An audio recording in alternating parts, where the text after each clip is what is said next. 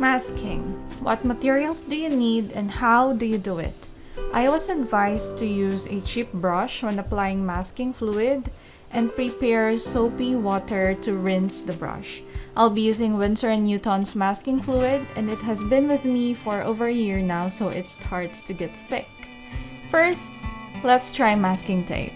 I often use this for the crisp borders around my paintings, but sometimes, when I'm up to it, I use it as an alternative for my masking fluid. You'll need a cutter or art knife to cut out the shape that you want. Mind your paper though, and make sure you won't cut out the paper along with the masking tape. Just showing this as an alternative for those who find masking fluid too expensive, like me. Next up, masking fluid. This is useful when you are trying to mask out a more complicated shape, like these petals. And it comes in different colors, but they all smell the same. Using it is pretty straightforward. Dip your brush, mask the area you want to protect, and ever so often, rinse your brush in that soapy water.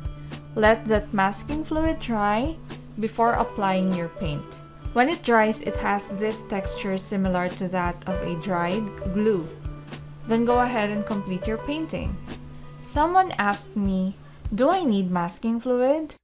If you're after a fluid or smooth background and you want it done effortlessly instead of leaving out the white of your paper or doing negative painting, then this could be for you. Masking fluid is not compatible with all watercolor papers, especially those that are not made from cotton. I destroyed a painting before, a commissioned one, and learned it the hard way. So make sure to test it on a small piece of your paper first before doing your masterpiece. Can you put it over painted areas? Yes, absolutely. Though in my experience, it lifted up some of the pigment as well. But maybe it's just me. Or do you have the same experience? Before peeling off your masking materials, check if the paint is dry. There's another tool called rubber cement pickup which helps you remove the dried out masking fluid. But I don't have it, so I'll just use my finger and gently rub on it until I pick everything up. Careful though, because some of the darker pigments might get into your paper like what you see here. But I don't really care since the center of this flower will be dark. Now I'll just soften the edges so it won't look like a cutout too much. And I'm doing that with a synthetic flat brush using the lifting technique. Then I'll complete my sunflower. How long can you leave masking fluid on your paper? Some say that you shouldn't leave it on your paper for more than 2 days.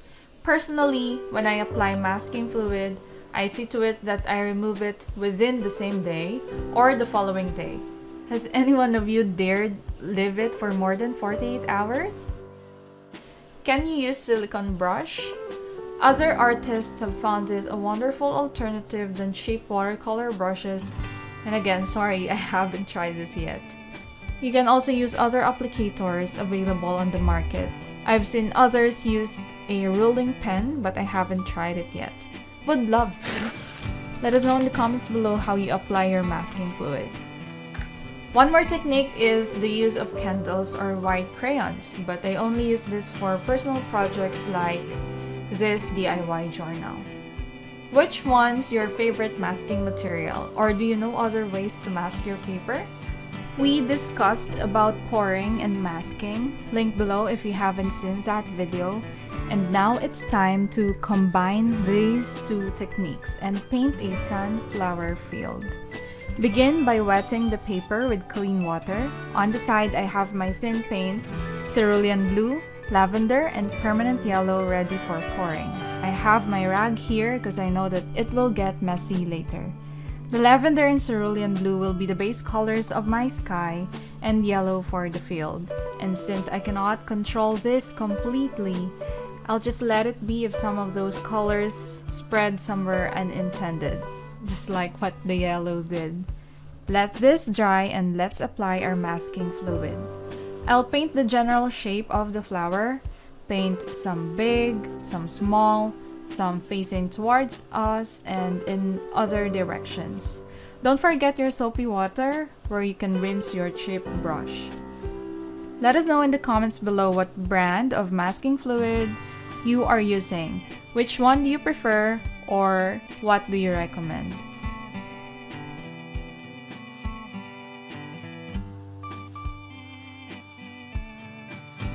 Once dry, wet it again with clean water and drop darker blue and green colors to separate the sky and the fields. I'm using ultramarine blue for that lovely granulating effect, Hooker's green and a bit of green apatite, another granulating color. Tilt your paper in different directions to cover the areas that you want. Let this dry and remove the masking fluid. And now, with thicker permanent yellow, I'll color in my flowers and drop burnt sienna at the center of those sunflowers. The lavender should have been part of that sky and not as the base color of these flowers, but I wasn't able to control it earlier, so I'll just leave it be. Using Hooker's green again, I will paint in the leaves and build volume with semi-abstract shapes. 1 or 2 strokes for those leaf shapes to keep it fresh and doing it randomly to make it more interesting.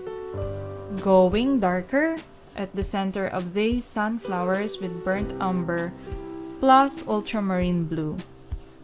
I'm doing it by quickly dabbing with my brush to add texture and then separate the petals with burnt sienna or orange. I'll load my brush with yellow and white pigment. I seldomly do this, but since I got some lavender on the base of my flowers, they're not that bright, so I decided to add some highlights with white paint. I'll do the same for the leaves, and this is our sunflower filled painting.